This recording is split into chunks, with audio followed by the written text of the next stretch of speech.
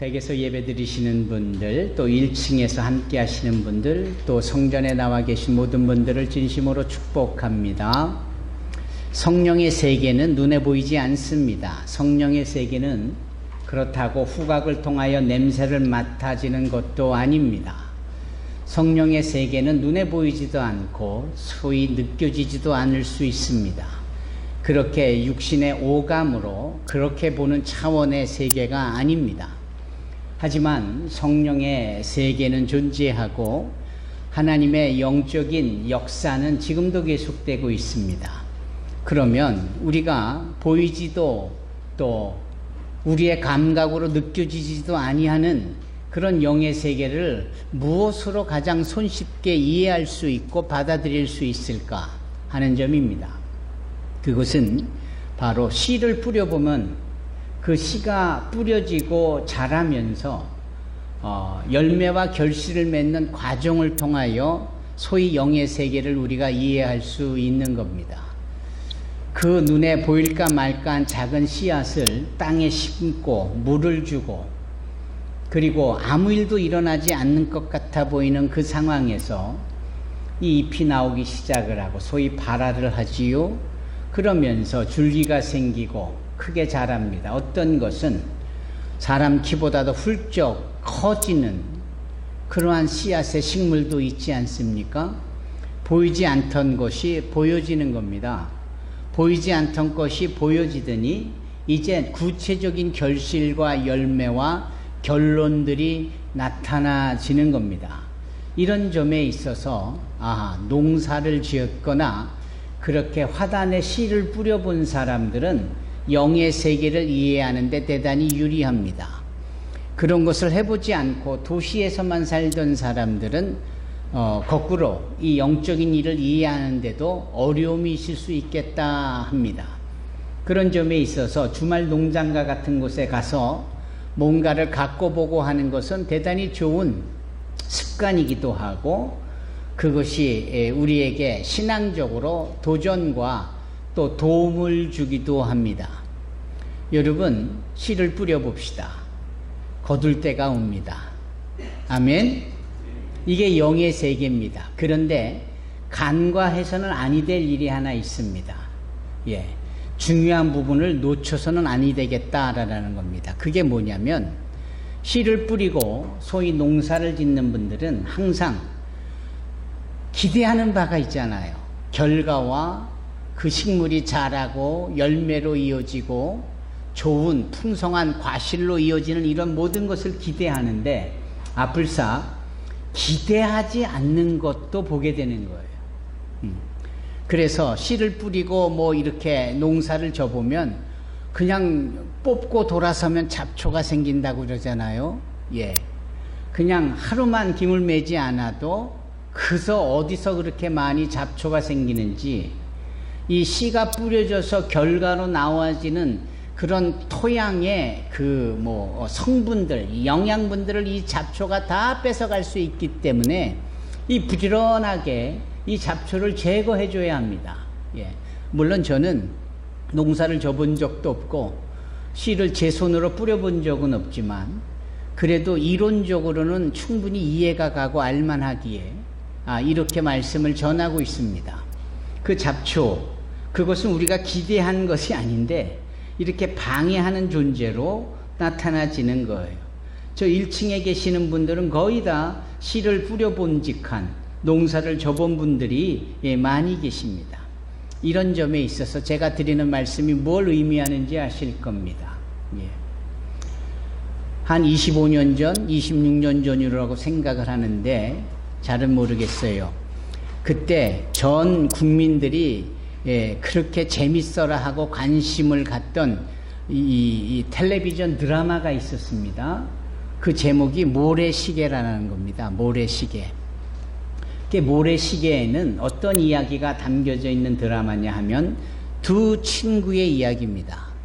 근데 한 친구가 또 다른 친구와 더불어 학창 시절을 보내고 어려서부터 중마고처럼 자라는데 가는 길이 달라도 너무 다른 거예요. 한 친구는 늘 선한 쪽을 택하고 학생으로서의 본분을 다하여 공부도 열심히 하고 옳다라고 하는 것, 윤리적인 것, 도덕적인 것, 사회 규범적인 것, 그리고 그 사회에 내가 지도자급으로 성공하기 위해서 자신의 에너지를 쏟아붓고 그런 길을 걸어와 마침내 소위 검사라는 자리까지 올라간 친구가 있는가 하면 그 친구의 중마고였지만 가던 길이 달라도 너무 다른 거예요. 자기가 하고 싶은 대로 하고 학생임에도 공부 절대 하지 않고 자기가 원하고 본능적으로 행하게 되어지는 것들을 붙조차 행하게 됩니다. 그래서 그 친구는 다른 친구가 검사가 되어질 때 암흑세계에 소위 조직을 이끄는 우두머리가 됩니다. 문제는 이 두 친구가 법정에서 만나게 되고 한 사람은 잘못한 조직의 우두머리인 이 친구의 잘못을 이 범법행위를 법으로서 심판을 해야 되는 입장에 있는 것이고 한 친구는 올곧게 살아온 친구로부터 자신이 얼마나 잘못되어졌는지를 심판받는 자리에 있게 되는 겁니다. 그러면 생각해 보는 겁니다.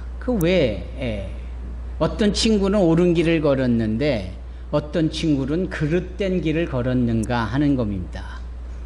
그리고 그 이유도 이유겠지만 그와 같은 결과에 대해서는 아무도 대신 책임져 주지 않는 거구나. 그래서 본인이 책임을 져야 되는 거구나.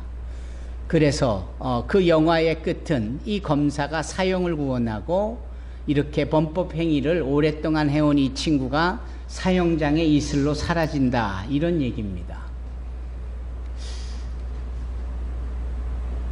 어려서부터 자기가 뭔가를 택하고 스스로 자기가 뭔가를 결정해야 되고 그것에 대하여 책임을 져가는 과정이 인생이라고 볼 수 있는 겁니다. 이런 점에 있어서 한결같이 우리는 이 프로스트가 얘기하는 소위 숲속에 가지 않는 두 길을 가운데 두고 고민하는 것처럼 나는 이 길로 갈 것인가, 나는 저 길로 갈 것인가 하는 이런 차원의 고민이 항상 있게 마련입니다. 여러분들은 그런 고민이 없으십니까? 옳은 것이 뻔히 무엇이 옳은 것인 줄 알고 이 길을 택하면 이 길이 뻔히 잘못된 길을 아는데 그 사이에서 번민하며 그 두 사이에서 고민하며 그 두 사이에서 머뭇머뭇 주저주저 하다가 결국은 옳은 것을 저버리고 나쁘고 악하고 잘못된 길을 택하고는 있지 않습니까? 제가 말씀을 하나 읽어드리도록 하겠습니다. 로마서 말씀입니다. 로마서 7장 말씀입니다. 로마서 7장, 이 사도 바울 스스로의 개인적인 고백이거든요. 우리가 율법은 신령한 줄 알거니와, 제가 14절부터 있습니다. 로마서 7장 14절. 나는 육신에 속하여 죄 아래에 팔렸도다. 내가 행하는 것을 내가 알지 못하노니 곧 내가 원하는 것은 행하지 아니하고 도리어 미워하는 것을 행함이라. 만일 내가 원하지 아니하는 그것을 행하면 내가 이로써 율법이 선한 것을 시인하노니 이제는 그것을 행하는 자가 내가 아니요 내 속에 거하는 죄니라. 내 속 곧 내 육신에 선한 것이 거하지 아니하는 줄을 아노니 원함은 내게 있으나 선을 행하는 것은 없노라. 내가 원하는 바 선은 행하지 아니하고 도리어 원하지 아니하는 바 악을 행하는도다.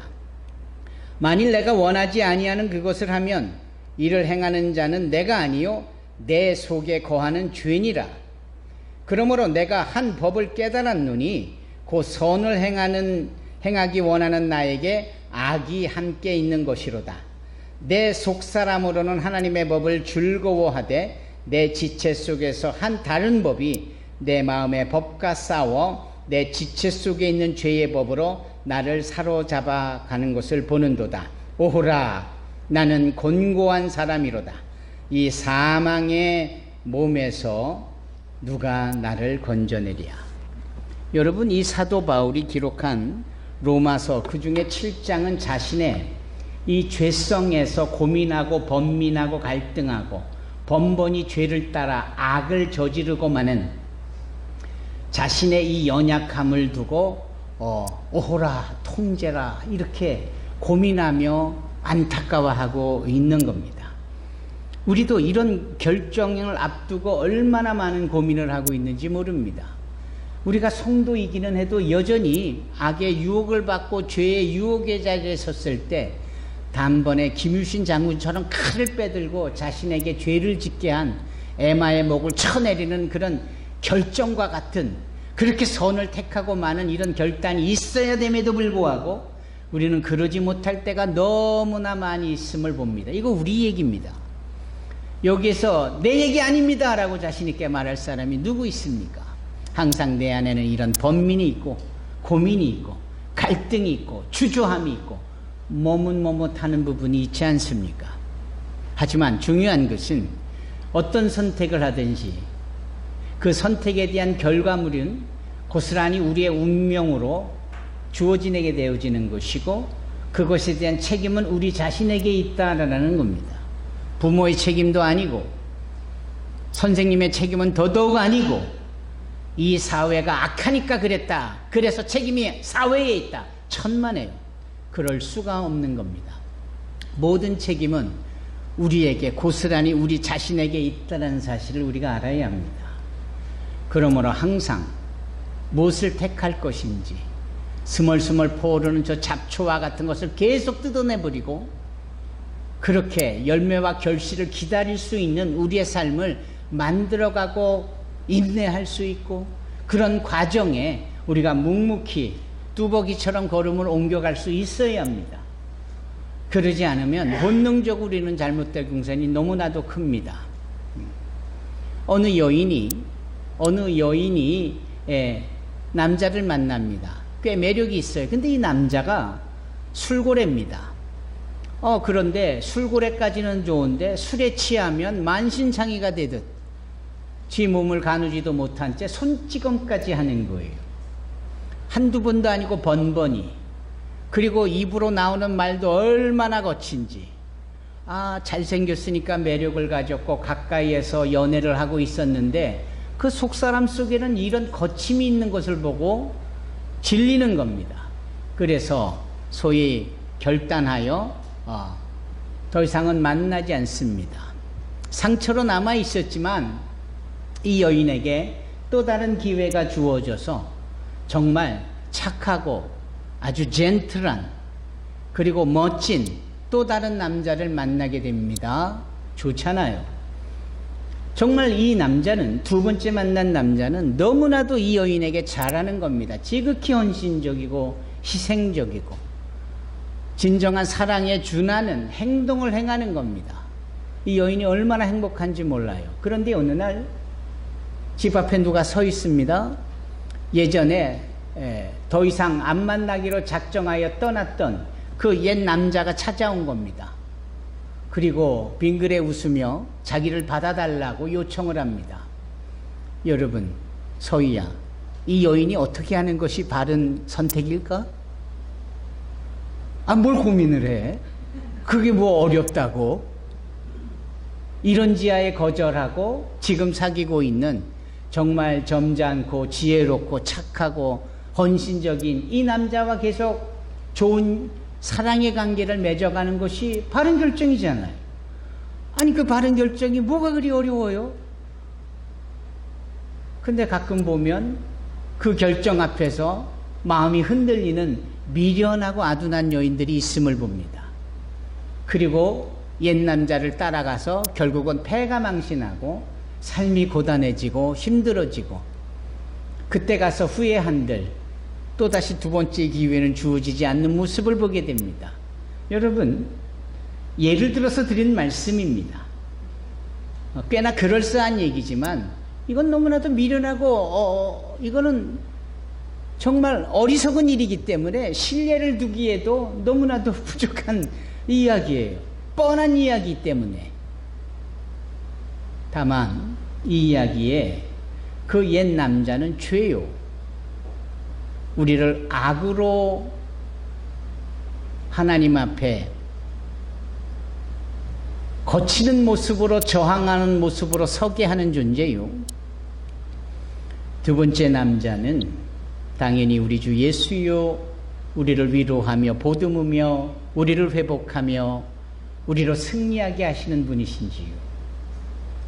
너무나도 당연한 이야기 속에 우리는 이 죄에 대하여 끊쳐낼 수 있어야 한다는 것을 알게 됩니다. 사랑하는 성도 여러분, 결국은 성도의 삶은 옛것을 버릴 줄 알아가도록 예전에 내가 좋아라라고 따라갔던 것을 끊쳐내 버리는 것, 이런 것을 알아가는 삶이 이게 성도의 삶인 거예요. 결국은 크리스찬이라는 삶은 그동안 몰라서 쫓았고 몰라서 마음이 뺏겼고 홀렸던 모든 것들을 뒤로 한 채 최고의 가치 있는 주 예수 그리스도께 우리의 삶을 집중하고 몰입하고 그분을 따라가는 삶이 이 크리스찬의 삶인 겁니다. 아멘. 우리 나우현 집사님께서 밑에서 아멘 해주셔서 제가 얼마나 감사한지 모릅니다. 네, 활짝 웃으셔서 더 감사합니다. 며칠 전 생신을 맞으셨는데 앞으로 남은 모든 삶에 주님의 귀한 은혜가 우리 나우현 집사님에게 지금보다도 훨씬 더 많이 만배로 차고 흔들어 넘치되기를 축원합니다. 아멘. 오늘 본문의 말씀을 보십시다. 이 본문의 말씀은 결국은 무엇이냐면 옛 자아와, 그러니까 옛 나의 모습, 이런 것들과 싸우는 것에 대하여 말씀하고 있는 거예요. 여러분, 우리는 소위 신앙생활을 싸우는 것으로 표현합니다. 그래서 어떤 분들은 불편해하기도 해요. 그러나 싸움을 걸어오는 쪽은 늘 악한 사단마귀 쪽이고 항상 우리를 유린하려고 하기 때문에 우리는 이러지 마세요라고 점잖게 대할 게 아니라 우리 또한 분명하게 마귀들과 싸워 대처하여야 합니다. 그래서 우리가 마귀들과 싸우는 이 부분에 대해서 그 용어의 선택은 오히려 적절하다라고 볼 수 있는 겁니다. 그리고 사도 바울 시대 때나 예수님 시대 때나 그 로마의 식민지하에 있던, 그래서 그 당시에 팍스 로마나, 즉 이 권력, 힘, 군사력, 이 싸우는 전쟁, 뭐 이런 것들이 전 세계를 지배하는 실질적인 힘이었거든요. 근데 이제 그런 점에 있어서 소위 영적인 것에 대하여서도 힘이 부딪히고 강렬하게 대처하여 싸우게 되는 배틀, 전쟁이라고 표현을 하게 되는 겁니다. 그래서 주님도 용어에 있어서 전쟁이라는 표현, 싸움이라는 표현, 사도 바울도 이 전쟁이라는 표현, 싸움이라는 표현, 뭐 이런 것으로 대부분 선택되어져 사용하고 있습니다. 그래서 이 전쟁에 동원된 군인의 입장에서의 가르침, 전쟁에 동원되어진 군인이 목숨 걸고 싸우며 지키며 받아내는 가치, 이런 것들을 소위 성도들이 이 땅에 신앙생활을 영위하면서 얻게 되어지는 것으로 표현하기도 합니다. 에베소서에 그런 말씀이 너무나도 잘 나타나 있고 로마서에도 그 말씀이 너무나도 잘 나타나 있습니다. 여러분, 싸우는 것에 대하여서 우리가 단호할 수 있어야 되고, 영적인 이 부딪힘, 싸움에 대하여서 우리가 준비되어져야 되고 무장되어져야 하는 겁니다. 그런 점에 있어서 오늘 본문은 우리에게 무엇을 말씀하고 있는가? 바로 이 영적인 싸움에 대해서 말씀하는 거예요. 다만 이 영적인 싸움을 소위 씨를 뿌림과 그리고 뿌려진 씨앗을 거둠과 같은 과정으로 표현하고 있는 겁니다. 아멘. 영적인 싸움을 소위 씨 뿌리고 거둠으로 표현하는 내용이 오늘 본문의 내용이다, 이런 얘기입니다. 자, 보십시오. 사람은 자기가 심은 대로 거둘 것이다, 여기 표현하잖아요. 그러면서 8절 다 같이 주보에 나와 있는 버전으로 어린이들을 배려하여서 함께 읽어보십시다. 8절 시작. 자기의 육체의 욕망대로 심는 사람은 육체로부터 썩을 것을 거둘 것이며 성령의 뜻을 따라 심는 사람은 성령으로부터 영원한 생명을 거둘 것입니다. 아멘. 그러므로 우리는 후자이어야 합니다. 성령으로부터 영원한 생명을 거두려고 성령의 뜻을 따라 심어야 돼요. 아멘. 그런데 대부분 우리는 육체의 욕망대로 심음으로 육체로부터 썩을 것을 거두는 결과물들이 얼마나 많은지 모른다라는 거죠. 결국은 이 싸움에 있어서 영적인 것을 택하지 않고 육적인 것을 택해버리고만은 승리라는 부분을 내려놓고 패배자가 될 뻔한 길을 택하고만은, 그래서 그런 일에 고스란히 책임을 지고 불행한 속에 지옥불로 떨어지는 결과를 스스로 자초하고 말더라, 사도 바울이 말하고 있는 겁니다. 여러분, 싸움이라는 것은 주먹 다짐을 하고 치고받고 멱살잡이라는 그런 물리력인 거 말고요, 성경에서 말하는 이 싸움은 혈과 육에 대한 싸움이 아니요 하늘의 공중권세 잡은 자와의 악한 자와의 싸움, 영적인 싸움이에요. 선택입니다. 무엇을 택할 것인가? 성령의 선한 뜻을 택할 것인가? 저 죄로 유혹하는 사단 마귀의 덫에 빠질 것인가? 이 부분인 거예요. 이 부분. 그래서 죄에 빠지게 되면 육체에 멸망할 걸 결실을 거둘 수밖에 없고 그 일에 책임을 져야 된다라는 겁니다. 반면에 성령의 뜻을 따라 심는 사람은 소위 성령의 영원한 생명을 거둘 것이다. 너무나도 지당한 말씀 아닙니까? 그러므로 저희들은 아주 자그마한 단순한 이 씨를 뿌림과 거둠의 원리 속에서 영적으로 싸워야 하고 영적으로 승리할 수밖에 없는 이 하나님의 법칙을 배울 수 있는 겁니다. 아멘. 심는 것, 그러니까 영적인 것을 심는데 어디다 심느냐가 중요합니다. 첫째는 생각에다 심어야 돼요. 생각에다 심어야 늘 바른 생각, 의로운 생각, 거룩한 생각, 하나님의 생각을 지니는 거죠. 그렇게 생각이 거룩해지고 선결한 사람들은 말도 달라지고 행동이 달라지지 않겠어요? 예. 그리고 말과 행동에 거룩함을 심게 되면 이게 너무나도 좋은 습관이 되는 거예요. 그렇지 않습니까? 그리고 이 좋은 습관에 더더욱 하나님의 거룩함을 심게 되어지면 이 습관이 습관을 넘어 어떻게 해요? 우리로 하여금 아주 귀한 성품을 지니게 한다라는 겁니다. 착한 성품을 지닌 자들을 이렇게 보면은 좋은 습관들이 있더라고요.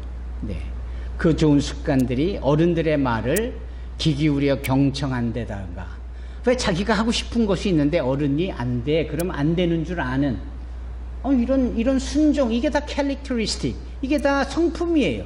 이 성품이 뚝 떨어지는 게 아니라 습관적인 것에 하나님의 거룩함이 심겨질 때 나오는 결과라니까요.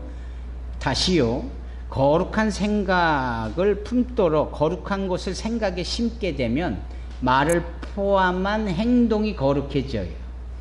그리고 이 거룩한 행동이 모아져서 거룩한 습관이 되고, 이 거룩한 습관이 우리로 하여금 거룩한 캐릭터, 성품을 지니게 하더니 이것이 결국은 우리로 하여금 거룩하고도 너무나도 멋진 운명, 삶이 되도록 한다라는 거예요. 그냥 보이지 않는 생각 속에 거룩한 성령의 것을 심었더니 영원한 생명으로 이어지는 이 5단계가 너무 귀하잖아요. 농사들만 농사 짓는 게 아니라 우리 신앙인들이, 성도들이 이런 부분들에 대해서 다 씨를 뿌리는 비유, 거두는 비유, 이것이 영적으로 우리에게 깨달음을 주는 거예요. 성경에는 담배 피는 사람 잘 들어보세요. 성경에는 담배 피라 마라 이런 말씀 없습니다. 성경에는 담배 핀다고 저주하고 지옥 간다라고 말하지 않습니다. 그러나 우리가 담배를 피는 것을 한번 생각해 보세요. 담배를 주로 누가 피느냐면은 물론 어린들이 피고, 예전에는 구충약도 없어서 회가동하면은 그렇게 담배를 펴가지고 다 그런 거 지나온 삶의 역사 가운데 이해하지만 어느 순간부터 이 까까머리를 한 이 고등학교 학생들, 중학교 학생들이 담배를 피기 시작을 해요. 그게 뭐 멋있다고, 그게 뭐 대단한 일이라고. 근데 그 담배를 피는 그 아이들의 이 생각 속에 무엇이 있냐면 선생님에 대한 반항이에요. 어른들에 대한 반항이에요. 우리 머리를 다 깎아놓고 교복을 입혀놓고 데렵다 공부만 시키고 뭐 이렇게 하는 부모님에게 대한 반항이에요. 소위 어른들에 대한 반항인 겁니다. 그러면서 담배를 피는 거예요. 그렇게 핀 담배가 인이 배기면서 담배를 끊을 수 없게 되어지는 과정은 물리적인 것이고, 그렇게 반항적인 이 심리가 결국은 그들로 하여금 저항적인 행동과 태도를 갖게 되고, 그렇잖아요. 아무데나 침뱉고 아무데서나 불손하게 행하고, 그런 사람들이 주로 심각한 범죄라든지 사회에 악이 되는 일을 행하고 뭐 다 그래요. 이 자그마한 것에 대하여서 우리가 틈을 보이고 허용을 했더니 이게 결국은 저항을 하면 나중에는 하나님까지도 믿지를 않는 거예요. 절대자에 대한, 창조주에 대한 존재를 부인하기에 이르렀고 그것이 아무렇지 않은 거냐, 뭐 대단한 거 뭐냐, 승질은 다 부려놓고 일은 다 문제 만들어놓고 담배 한 대 꼬라 물으면 다 되는 거 뭐냐, 그런 과정만 봐도 그렇잖아요. 이런 점에 있어서 소위 우리가 이 육체의 욕심에 따라 심은 사람들은 여기 본문의 말씀에 뭐예요? 육체로부터 썩을 것, 멸망할 것, destruction, 이 부분에 대한 열매를 맺는다라고 여기 엄히 경고하고 있지 않습니까? 이제 그런 점에 있어서 오늘 우리는 이 말씀을 통하여서 우리가 이 영적인 심음에 대하여서 제대로 심어야 되겠구나. 첫째, 우리가 어떤 부분에 영적인 것을 심어야 하느냐, 여기 주보에 나와 있는 적용해 보면 주의 말씀을 마음에 심자 이렇게 기록이 되어 있습니다. 첫째, 하나님의 말씀을 심는 겁니다. 아멘. 우리 산소망교회는 이 아멘이 너무 야속할이 많지,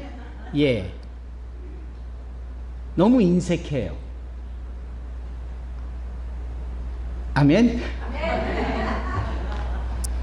하나님의 말씀을 마음에, 이 생각에 심어야 됩니다. 심어야 돼요. 하나님의 말씀은 살았고 운동력이 있어서요, 이게 영적인 하나님의 터치고 영적인 하나님의 임재 그 자체이기에 하나님의 말씀을 우리의 생각과 마음에, 우리의 삶에 심으면 우리의 삶이 변화되어지는 거예요.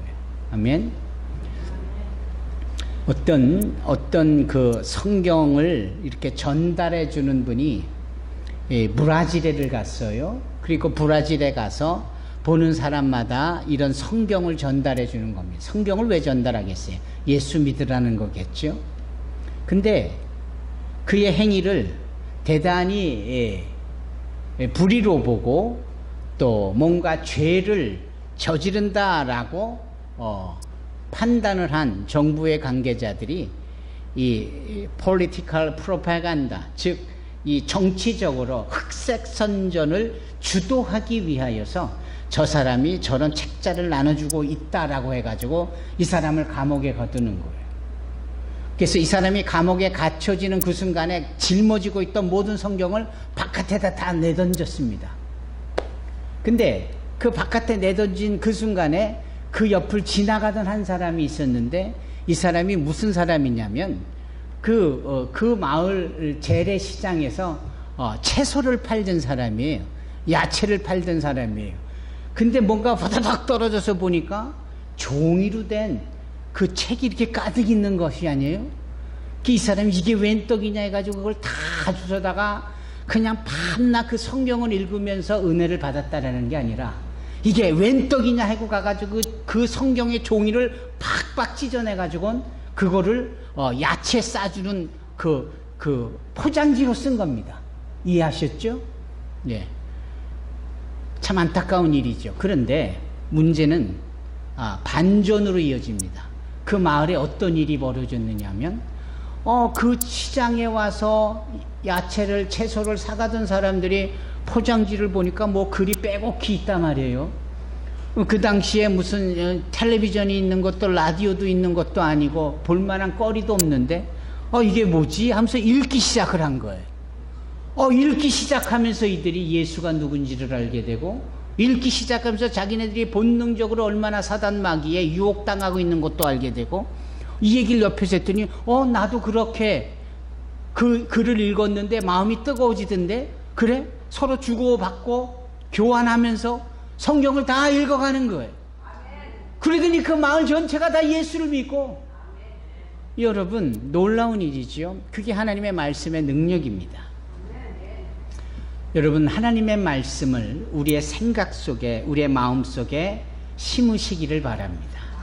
그 말씀의 능력이 우리의 삶을 운명적으로, 오늘 본문의 말씀처럼 선한 성령으로 인한 영원한 생명으로 거두게 되어지리라 믿습니다. 두 번째는요, 사랑입니다. 사랑을 심어야 돼요. 우리에게 성령의 사랑을 심어야 할 줄로 믿습니다. 네. 사랑, 그것은 아무리 강조해도 과하지 않는 용어입니다. 성경에는 하나님을 아예 사랑이라고 표현하고 있습니다. 저 인도 캘커다에 가보면 고아들의 어머니라고 불리우는 머더 테레사가 있었습니다. 이 머더 테레사, 여기서 머더는 소위 수녀를 의미하죠. 머더 테레사. 테레사 수녀가 너무나도 유명하잖아요. 그분이 어느 날 미국을 갔는데, 미국에 가서 소위 집회를 하는데 중년의 어느 여성이 그 머더 테레사한테 자기 마음의 고민을 하는 거예요. 저는 죽고 싶어요. 특별한 이유도 없는데 그 마음에 슬픔이 있고 우울함이 있고 그냥 기회가 되면 죽고 싶다, 이런 얘기를 해요. 그 얘기를 들었던 이 수녀, 테레사 수녀가, 자매님, 죽기 전에, 그러다 정말 죽을 것 같은데 그 자살하기 전에 내가 있는 캘커다에 한번 왔다 가십시오. 뭐 죽으면 안 돼요, 그러면 안 돼요, 자살하면 지옥 가요, 뭐 이렇게 얘기하지 않고 그러다 죽겠군요. 근데 죽기 전에 제가 있는 캘커다에 한번 왔다 가시라고. 그때 이 중년 여성이 정말 찾아가요. 그런데 캘커다에 그 마더 테레사가 있는 그 지역에 정말 수많은 길거리에 어린 고아들이 있지 않습니까? 부모에게 버림받고 부모가 죽고 하루하루가 살아내기가 버거운 이 엄청난 고아떼들이 가장 많은 그 캘커다의 빈민촌에 이 미국에서 온 중년 여인이 머더 테레사를 보는데, 이 테레사가 한결같이 이 고아들을 불러내 초청하고 씻기고 새 옷을 입히고 밥을 먹이고 편안하게 잠자리를 제공하고, 그것이 설령 버려진 아이에게 단 하루에 주어진 특권이라 할지라도 그렇게 하는, 그러면서 이 중년 여성이 이 머더 테레사의 가장 작고 천한 소자들에게 행하는 이 사랑을 보는 겁니다. 그러면서 본인은 이런 것도 모르는 채 그냥 죽고만 싶다, 우울하다라고 생각했던 이 자신의 편협된 생각이 얼마나 잘못된 것을 깨닫게 되었다.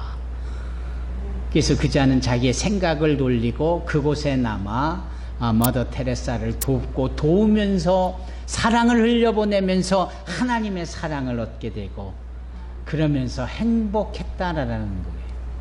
여러분, 먼 이야기의 실례지만 우리에게도 동일하게 적용이 될 수 있는 부분입니다. 마음에 먼지 불편함과 우울함과 짜증과 섭섭함이 있거들랑 사랑을 입으로 선포하고 사랑에 행하는 일에 준한 것을 일부러 감당하길 바랍니다. 여러분, 그런 사랑이 우리를 살립니다. 그런 사랑이 여기 8절에 말씀하고 있는 성령으로부터 영원한 생명을 거두게 되는 사람들로 우리를 바꾸게 되는 거예요. 아멘. 세 번째, 하나님의 나라를 위하여서 헌신하자. 물질로, 시간으로, 나에게 주어진 재능으로. 이것이 다 하늘나라의 상급이 되어지도록 하는 것이지요. 예. 어차피 인생은 잠시 스쳐가는 간이역과 같은 것이고 우리의 본향은 본래의 고향은 저 하늘 아닙니까? 따라서 우리는 이 땅에서 70을 살든 80을 살든 짧은 인생에 연연할 이유가 하나도 없는 겁니다. 여기 오늘 8절에 영원한 생명의 그 영원이란 단어 앞에 우리의 인생은 짧아도 너무 짧은 거예요. 짧아도 그렇게 짧을 수가 없습니다. 소위 눈 깜짝할 새라고 여겨지는 이 찰나적인 순간이 우리의 인생인 거예요. 그런 인생에 늘 육적인 욕심의 씨앗을 뿌리며 살다가 그렇게 찰나적인 인생을 끝내는 게 옳겠습니까? 그 찰나적인 눈 깜짝할 사이의 짧은 인생 속에 성령으로 인한 그렇게 성령의 씨앗을 뿌림으로 영원한 생명을 거둠으로 이 찰나의 삶을 떠나 주님과 더불어 천국에서 영원한 생명을 누리며 사는 것이 옳겠습니까? 당연히 후자가 아니겠습니까? 이것은 너무나도 이해하기도 쉽고 어렵지 않은 말씀입니다. 부디 우리가 다시 한번 주보에 나와 있는 8절의 말씀과 9절의 말씀을 우리 함께 읽음으로 마무리하십시다. 8절 시작. 자기 육체의 욕망대로 심는 사람은 육체로부터 썩을 것을 거둘 것이며 성령의 뜻을 따라 심는 사람은 성령으로부터 영원한 생명을 거둘 것입니다. 선한 일을 하다가 낙심하지 말아야 합니다. 때가 이르면 영원한 생명을 거둘 것이므로 포기하지 말아야 합니다. 아멘. 아멘. 기도하겠습니다.